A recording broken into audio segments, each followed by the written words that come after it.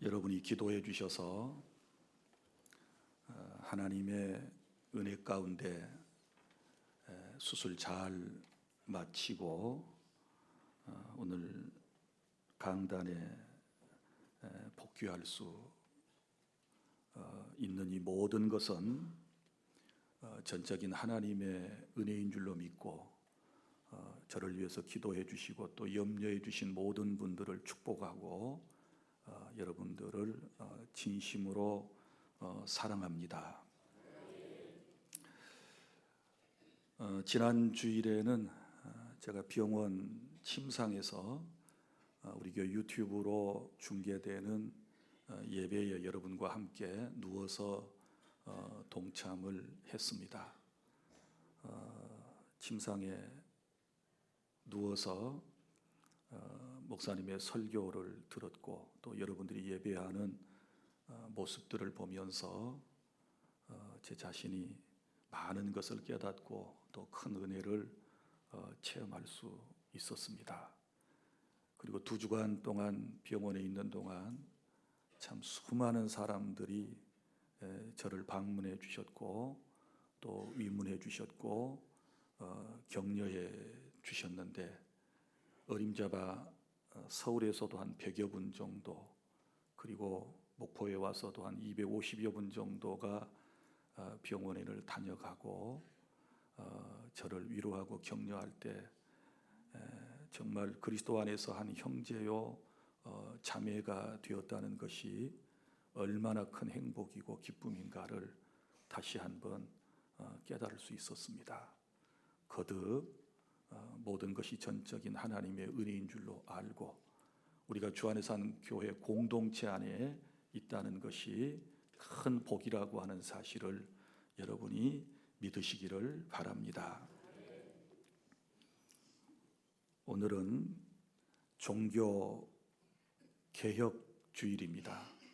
마르틴 루터가 1517년 10월 30일 종교 개혁의 기치를 높이 든 지 벌써 502주년이 되는 그런 날이기도 합니다.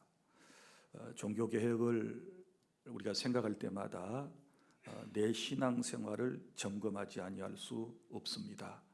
하나님께서 우리에게 가르쳐 주신 말씀 따라 살아가는 것이 개혁의 근본 취지이고 또 종교 개혁자들의 후예답게 우리는 날마다 말씀 안에서 하나님 앞에서 우리 자신을 개혁해 나가는 그런 몸부림치는 삶이 저와 여러분에게 있어야 될 줄 믿습니다.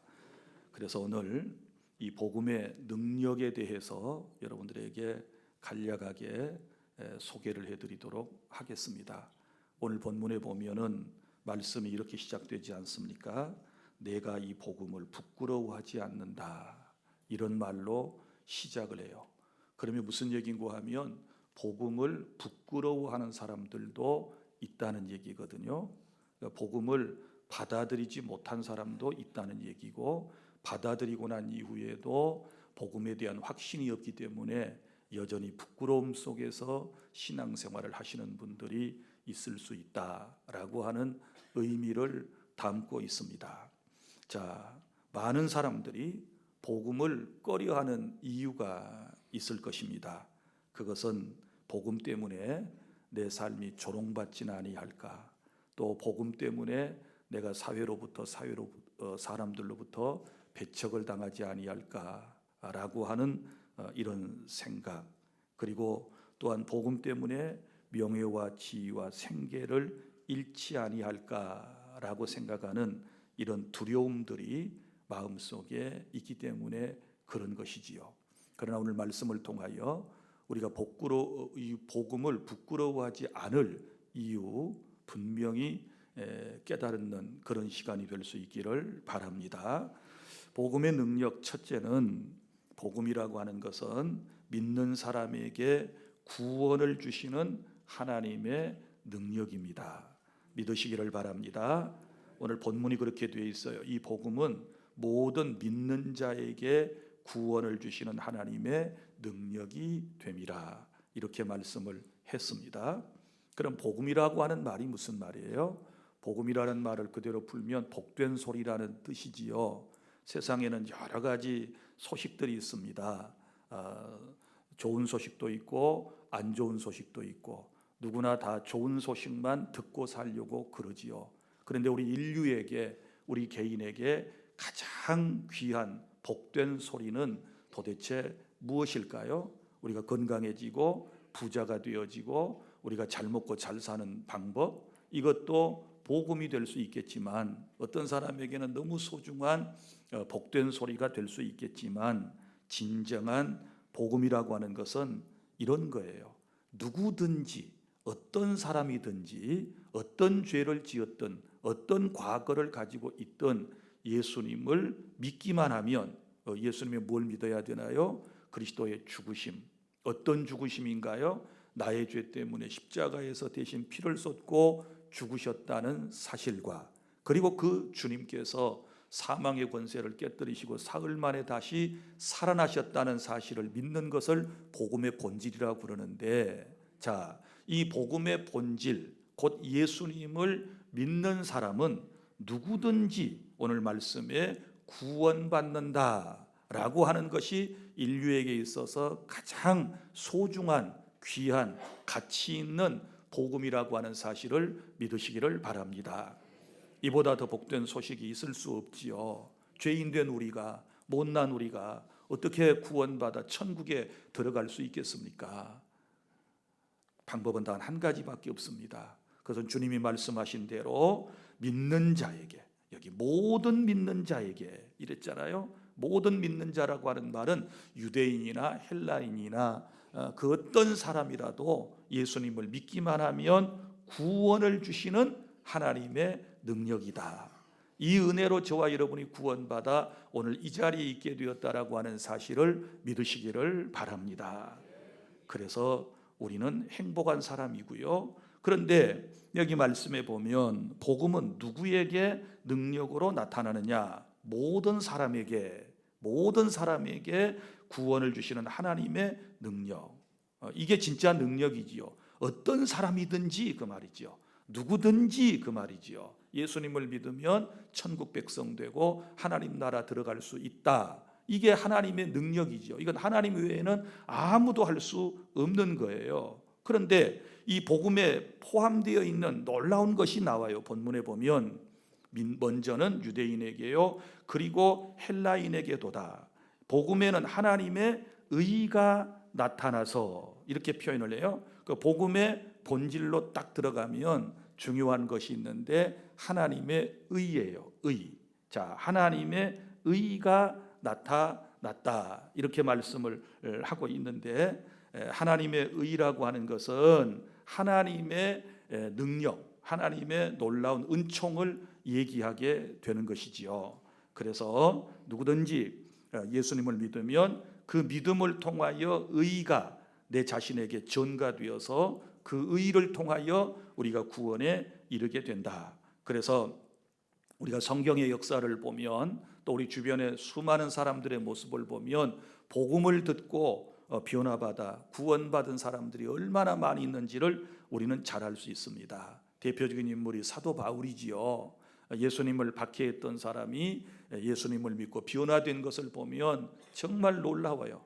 나는 여러분들의 모습을 종종 보거든요. 우리 가운데 정말 어찌 보면 사회에서 지탄받고 정말 손가락질 받아야 되고 정말 예수 믿을 것처럼 보이지 않는 사람들이 예수님을 믿고 그 달라지는, 변화되는 그런 모습을 보면, 아, 이것이 하나님의 능력이구나. 할렐루야.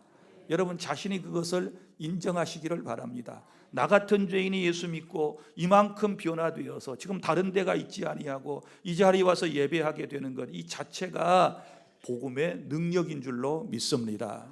뭐 복음의 능력이 병 고치고 부자 되게 하고 뭐 자기의 신분을 격상시켜주고 자기의 삶의 질을 넉넉하게 해주고 행복하게 해주는 이런 거 아니에요. 이런 게 아니고, 진정한 복음의 능력은 죄인된 우리가, 가치 없던 우리가, 부족한 우리가, 연약한 우리가 그리스도를 믿음으로 말미암아 구원받고 하나님의 자녀가 되고 천국 백성이 되는 이거 이상의 큰 복음의 능력이 어디에 있겠습니까? 그래서 저와 여러분은 이 복음의 능력을 다 체험하고 살고 계신 분들인 줄로 믿으시기를 바랍니다. 그래서 우리 기독교의 구원관을 헷갈려서는 안 돼요. 성경에서 말하는 기독교의 구원관은 항상 맨 먼저는 죄에서부터 구원이에요. 이 사실을 믿으시기를 바랍니다. 죄에서부터 구원받지 아니하면 물질에서 구원받고 건강에서 구원받았다 할지라도 그 사람은 천국 갈 수 없어요. 가장 중요한 것은 죄로부터 구원. 죄로부터 우리를 구원해 주실 분은 오직 한 분, 예수 그리스도의 십자가의 보혈의 능력, 그 능력밖에 없다는 사실을 믿으시기를 바랍니다. 그리고 또 구원이라고 하는 것은 사망으로부터 구원이에요.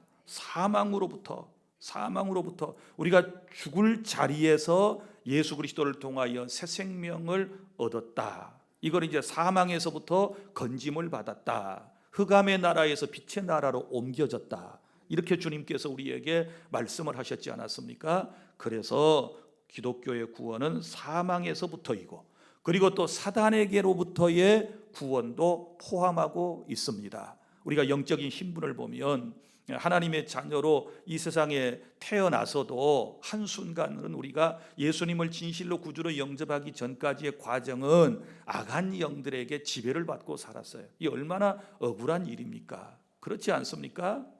하나님의 백성으로 지음을 받고 하나님의 백성으로 태어나서 하나님을 섬기지 못하고 마귀에게 종노릇을 하며 살았단 말이지요. 그런데 우리 주님께서 오셔서 이 사단으로부터 저와 여러분을 해방시켜 주신 줄로 믿으시기를 바랍니다. 해방시켜 주시기 위해서 사탄의 모든 권세를 깨뜨려 버리시고, 할렐루야, 우리를 사탄에게서부터 완전히 찾으셔서 빼앗으셔서 우리를 구원하셔서 우리에게 자유를 허락해 주셨음을 믿습니다. 그리고 또 부수적으로 구원 이후에 우리에게 찾아오는 것들은 질병으로부터의 구원이 있습니다. 수많은 질병으로 인생들이 고통을 당하고 있는데 이 질병과 가난으로부터의 구원도 포함되고 있는 것이지요. 그래서 이사야 선지자를 통하여 또 복음서에서도 계속 구원과 함께 붙어 다니는 게 뭐냐 그러면 질병으로부터 구원과 가난으로부터의 구원이 있다는 사실 또한 여러분이 믿으시기를 바랍니다. 그래서 기독교의 구원이라고 할 때는 단순한 문제가 아니고 전인적 구원, 다시 설명을 드리면 죄로부터 구원받는 것, 사망에서부터 구원받는 것, 사단의 세력에서부터 구원받는 것, 그리고 질병과 가난으로부터 구원받는 것을 일컬어서 우리가 진정한 그리스도 안에서 주님이 우리에게 주시는 구원의 은총이다, 이렇게 말하는 것입니다. 이런 은혜가 우리 모두에게 있는 줄 믿으시기를 바랍니다. 그러니까 이런 놀라운 은혜를 받은 사람들이기 때문에 이 복음을 부끄러워하지 않는다, 이렇게 얘기를 했어요.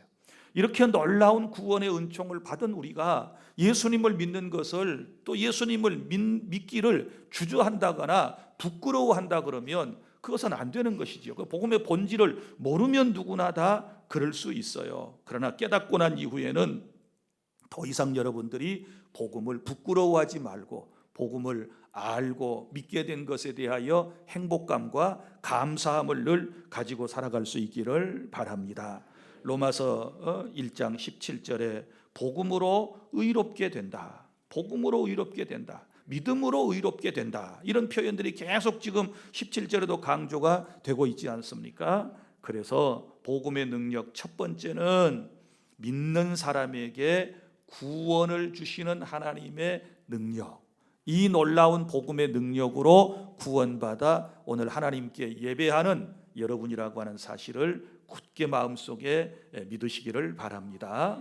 그 다음에 둘째로 복음의 능력은 믿음으로 살게 하는 하나님의 능력입니다. 17절 다 함께 시작. 복음에는 하나님의 의가 나타나서 믿음으로 믿음에 이르게 하나니 기록된 바 오직 의인은 믿음으로 말미암아 살리라 함과 같으니라. 아멘.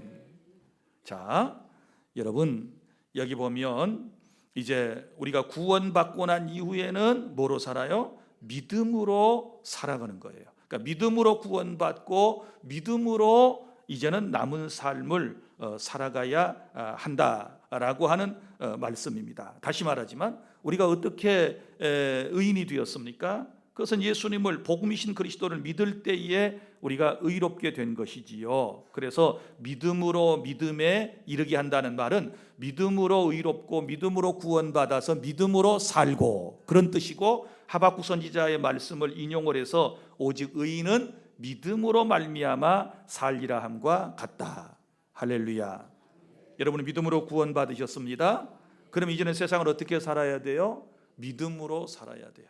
믿음으로. 누구를 믿는 믿음을 가지고? 예수님을 믿는 믿음을 가지고 사셔야 돼요. 그런데 요즘 보면은 신앙생활을 한다고 하지만 예수님을 믿는 게 아니고 사람을 믿고 살아가는 사람들이 많아요. 진정한 복음을 믿고 따라가는 것이 아니고 사람의 철학과 사조를 따라가서 살아가는 이런 안타까운 모습들을 볼 수 있는데, 우리는 믿음으로 구원받았으니까 나를 구원해 주신 그 오직 예수 그리스도 한 분만을 믿고 살아야 될 줄로 믿습니다.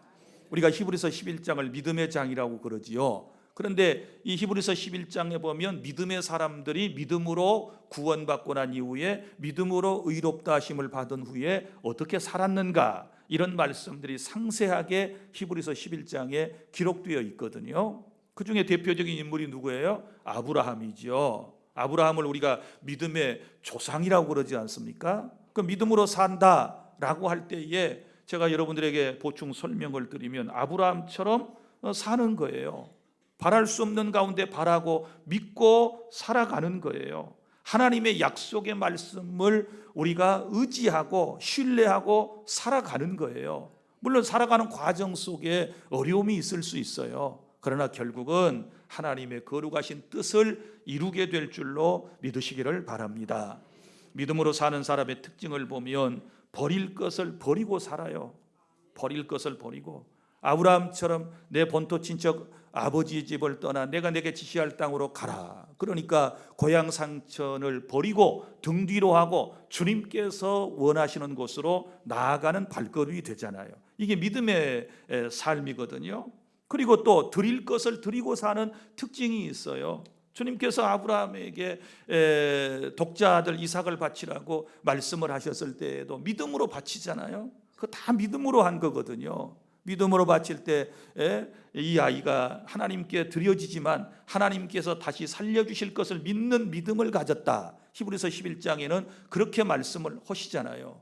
그래서 믿음의 삶은 드릴 것을 드리고 살아가고 순종하면서 세상을 살아가고, 항상 삶의 초점이 어떻게 하면 내가 하나님을 기쁘시게 할까라고 하는데 모든 것이 다 맞춰져 있어요. 모든 것이 하나님께 어떻게 하면 기쁨이 될까? 그래서 믿음이 없이는 하나님을 기쁘시게 하지 못한다, 이렇게 말씀을 하셨잖아요. 사랑하는 여러분, 이제부터 우리가 정말 하나님의 놀라운 은총, 복음의 능력으로 구원받았으면 이제 여러분 세상 근심 걱정 뒤로 하고 믿음으로 사실 수 있기를 바랍니다. 제가 대수술을 지금 2번 받았잖아요. 2번 받았는데 받을 때마다 큰 깨달음이 있어요. 이제 내 삶을 어떻게 살 것인가? 내가 사는 것이 전적인 하나님의 은혜인데 그렇지 않습니까? 우리가 생명이 부주되어 사는 건 전적인 하나님의 은혜예요. 그래서 부끄러움 없이 살다가 주님께서 기뻐하시는 삶을 살다가 주님 앞에 가야 되겠다, 이런 생각이 제 안에 들어요. 그러면서 시간이 굉장히 아깝다는 생각이 들어요. 아까워요. 너무 세월이 아까워요. 나 자신만을 위해 살다가, 내 기쁨만을 위해 살다가, 내 삶의 향락만을 위해 살다가, 내 뜻만 이루려고 살다가 이 세상 떠나버리면 주님 앞에 섰을 때 어떤 평가를 받을 것인가, 이런 생각을 하게 돼요. 이구동성으로 저에게 찾아와서 병원에서 격려해 주시는 분들, 조언해 주시는 분들의 얘기 딱 종합해 보면 한마디예요. 좀 쉬세요. 좀 쉬세요. 교회를 개척해서 37년 동안 목회해 오셨고 국내외적으로 전도와 선교의 그런 많은 활동을 하셨고 또 사회봉사에 관련된 여러 가지 일들을 그렇게 계획하고 주도적으로 교회가 이끌어 왔으면 이제는 좀 쉬세요. 어떤 분들을 다 어떤 분이나 그렇게 얘기하고 가요. 고맙기 그지없지요. 늘 감사하지요. 저라고 왜 쉬고 싶지 않겠습니까? 저도 쉬고 싶어요. 그런데 이제 두 번의 수술을 통하여 생사를 어쩌면 왔다 갔다 하면서 저는 이제 그렇게 느껴져요. 제가 전신마취 할 때마다 늘 그런 느낌을 여러분에게 말씀을 드렸잖아요. 수술대 위에 올라가면서 싸늘한 이제 수술대 위에 올라가는 것까지 이제 기억이 나지요. 그리고 천정을 한번 쳐다보고 있으니까 간호사가 마취 들어갑니다라고 말하는 순간에 이제 저는 이제 의식이 없지요. 그리고 제 아내는 밖에서 얼마나 초조하겠어요. 시계만 쳐다보고 수술실에 들어간 지 3시간 47분까지도 기억을 하고 있어요. 3시간 47분. 그 4시간 동안 수술을 마치고 나와서 이제 그때사 옆에 누가 있는 것을 이제 알고 이제 정신을 차리고 하는 이런 과정 속에서 이 죽음이라고 하는 것이 이런 거구나.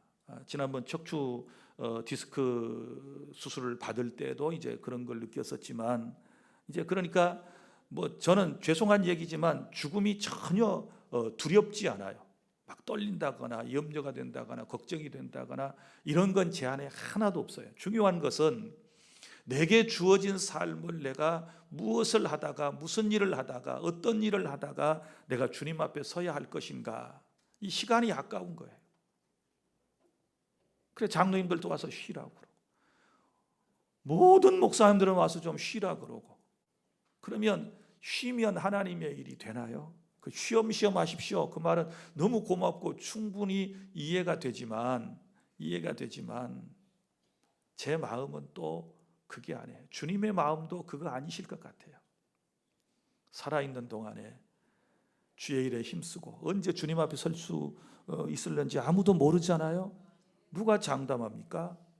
아무도 장담. 어떤 사람들은 세상에 모 목사님 같은 분이 그렇게 병원에 가서 뭐 수술하고 그렇게 계십니까? 이러는데 사람들이 나는 아프지 않을 줄 알았대요. 내가 아프게 생겼나요? 지금도 뭐 병원에 오는 사람들의 평가가 여러 가지요. 어메 목사님 얼굴이 더 뽀얘지셨어야. 이런 말부터 시작을 해서 또 어떤 사람은 살이 다 빠져버렸네 짠합니다. 또 이런 사람도 있고 여러 사람들의 얘기를 들으면서 그거 다 귀담아 듣고 또 귀담아 듣고 이제 또 인생의 선배들이 또 보니까 동병상련이라고 이 암 수술을 받은 사람들은 거의 문병을 오시는 것 같아요. 그래서 또 한 가지 회개했어요. 저분들이 암 수술 받을 때 내가 정말 진심으로 그렇게 기도해 주지 못한 거 부끄럽고 죄송합니다 라는 마음이 물론 최선을 다해서 기도해 주었지만 그런 마음이 생겨요. 얼마나 아팠을까, 얼마나 힘들었을까, 또 항암 치료까지 하시는 분들은 얼마나 고통스러웠을까. 그런 마음을 이제 알게 돼요. 이제 진짜 여러분을 위해서 기도할 수 있어요.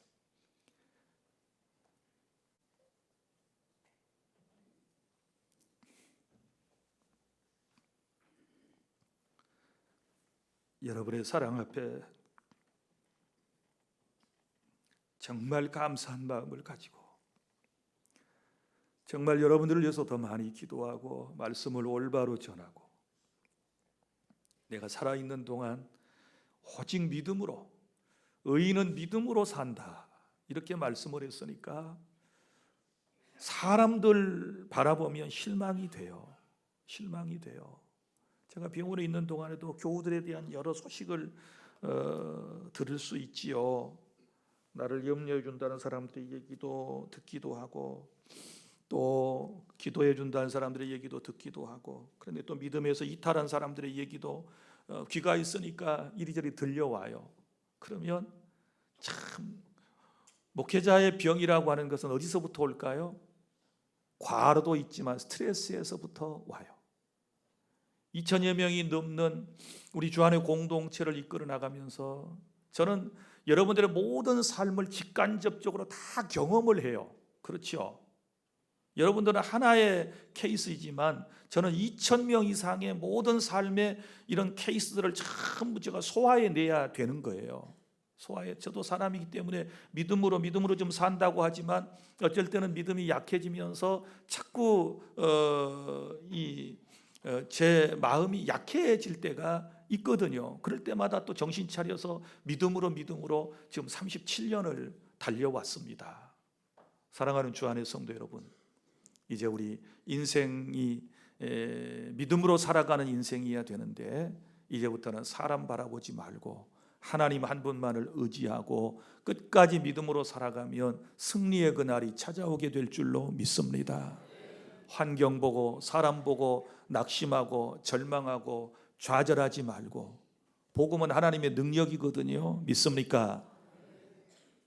제가 이런 깨달음도 생겨요. 설교가 짧은 새치혀에서 나오는 아름다운 언어에 있는 것이 아니고 내 삶에서부터 나오는 설교가 되어야 비록 우둔한 설교이고 매끄럽지 못한 설교이지만 우리 영혼들을 살릴 수 있겠구나라고 하는 그런 생각이 제 안에 있답니다. 늘 성령과 함께 성령이 여러분에게 주시는 말씀을 통하여 여러분들이 믿음을 다시 한번 재정돈하고 흔들림 없이 끝까지 믿음으로 나아가는 우리가 될 수 있기를 바랍니다.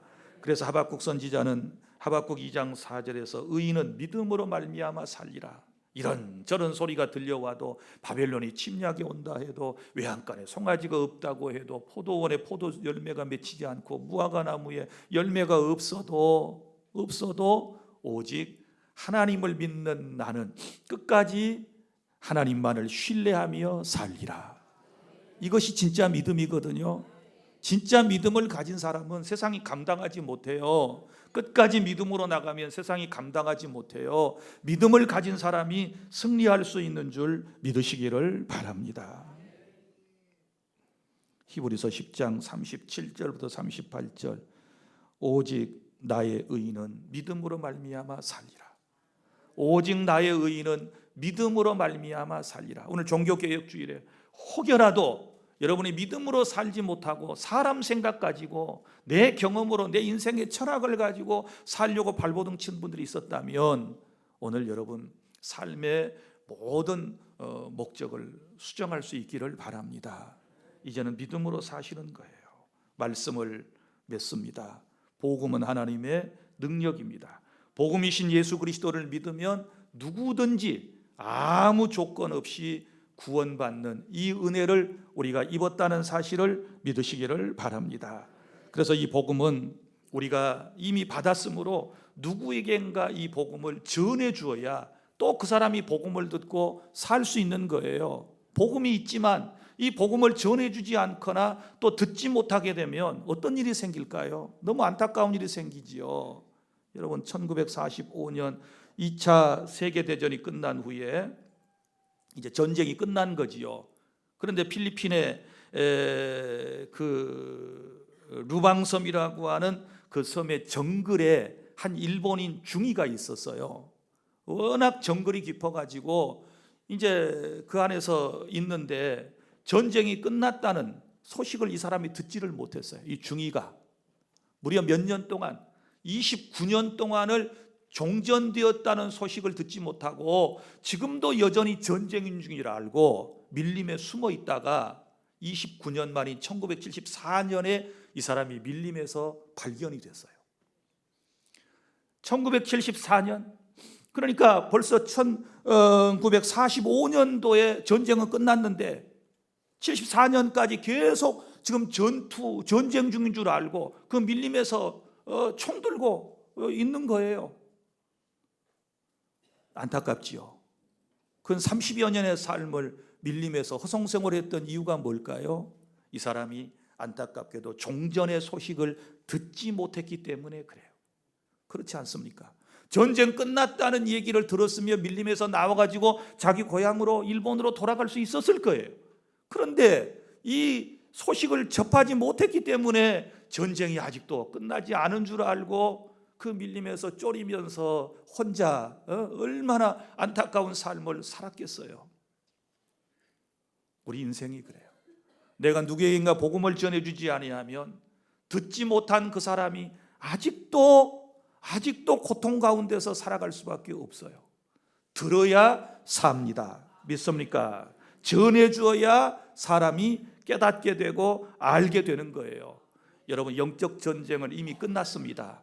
2000년 전에 예수님께서 오셔서 사탄의 모든 세력을 완전히 짓밟아 버리시고 우리에게 승리를 선포하셨습니다. 할렐루야. 우리는 이제 사탄을 두려워할 필요가 전혀 없습니다. 사망의 권세도 이미 예수님께서 부활을 통하여 완전히 정복해 버리셨기 때문에 그 죽는 것도 우리 전혀 두려울 것이 없습니다. 믿습니까? 그런데 이 소식을 모르는 사람은 어때요? 아직도 죄 때문에 불안해하고, 아직도 사망 때문에 불안해하고, 아직도 사탄에게 두려워서 벌벌 떨고 살아가고, 아직도 질병과 가난에 붙잡혀가지고 벌벌 떨면서 살아가는 사람들이 예수님을 안 믿는 사람들이거든요. 그래서 이 소식을 전해줘야 되는 거예요. 복음은 간단 명료해요. 복음의 내용이 뭐라고 그랬어요? 예수 그리스도의 십자가의 죽으심과 부활, 나의 죄 때문에 대신 죽으셨고 나를 살리기 위하여 사흘 만에 다시 살아나셨다는 이 간단한 소식을 전하면 그 소식을 받는 사람들이 살아나는데 우리가 이 복음을 전하지 않고 있어요. 사랑하는 주 안의 공동체 여러분, 우리에게 생명을 주신 이유가 어디 있을까요? 다시 말하지만 우리의 목숨을 연장해 주신 이유가 어디 있을까요? 모 목사를 하나님이 또다시 생명을 연장해 주신 것은 저는 이 복음을 전하라고 그랬다는 사실을 믿어요. 그래서 저는 더 열심히 복음을 전해야 돼요. 여러분들도 마찬가지예요. 더 열심히 이 복음을 올곧게 많은 사람에게 전해 주어서 사망과 죄로부터 완전히 사람들이 예수님을 믿음으로 벗어날 수 있도록 해줘야 한다. 이것이 바로 오늘 말씀을 듣는 저와 여러분들이 실천해야 할 사항이라고 하는 사실을 믿으시기를 바랍니다. 사랑하는 성도 여러분, 아무리 생각해도 하나님의 은혜입니다. 나 같은 죄인이, 우리 같은 죄인이 이 자리에 와서 이렇게 경건한 모습으로 하나님을 섬기며 예배할 수 있는 것이 너무너무 행복하고 감사합니다. 할렐루야. 나는 여러분들이 우리 주 안에 한 공동체 된 것이 너무 감사하고 너무너무 행복해요. 오늘 들어오는데 우리 주 안에 엔젤스 아이들이 다 나와가지고 엘리베이터를 내리자마자 노래를 불러줘요. 그리고 보셨지요? 저 큰 꽃다발을 목에다 걸어주고 두 녀석이 양쪽에 부축을 하더니 오는 거예요. 야, 얘들아, 부끄러워. 야, 하지 말자. 그냥 이거 벗고 가면 안 되니? 그랬더니 끝까지 딱 틀어잡고 강대상까지 올라온 거 보셨지요? 나 이런 모습들을 보면서 이게 우리 주 안의 식구들의 모습이구나, 그런 생각이 들어요. 제가 오자마자 맨 먼저 일찍 달려온 우리 권사님들, 한나의 전도의 권사님들 몇 분이 오셔가지고는 저한테 한 말이 있어요. 목사님이 없으니까 교회가 헝하여. 얼른 나서서 오라고. 얼른 나서서 오라고. 어머니 같은 마음으로 그런 말씀을 읽을 때마다 내가 살아있는 목적이 여기 있구나. 저분들을 위해서 하나님이 나를 또 보내시는구나. 그런 마음을 가졌어요. 복음으로 구원받고 믿음으로 구원받았으니 이제는 꼭 우리 믿음으로 삽시다. 믿습니까? 교회 와서 다른 얘기하면 안 돼요. 믿음으로 사는 얘기만 하시면 돼요. 할렐루야. 그럼 우리 하나님께서 기뻐하시고 우리 공동체에 더 많은 복을 내려주실 줄 믿습니다. 오늘은 제가 아직 제정신이 아닌가 봐요. 아직 헷갈려요. 모든 것들이 몽롱해가지고. 그래서 오늘까지 설교 쉴까 하다가 그래도 안 되지. 아파도 죽을 만큼 안 아프면 교회 와서 예배드리라고 가르쳐놓은 목사가 교회 앞에 병원에 입원해가지고 설교도 안 하고 그러면 얼마나 교인들이 또 나를 어떻게 다르게 생각하지 않을까 하는 생각이 들어서 오늘 왔습니다. 여러분 사랑하고 축복합니다. 기도하겠습니다.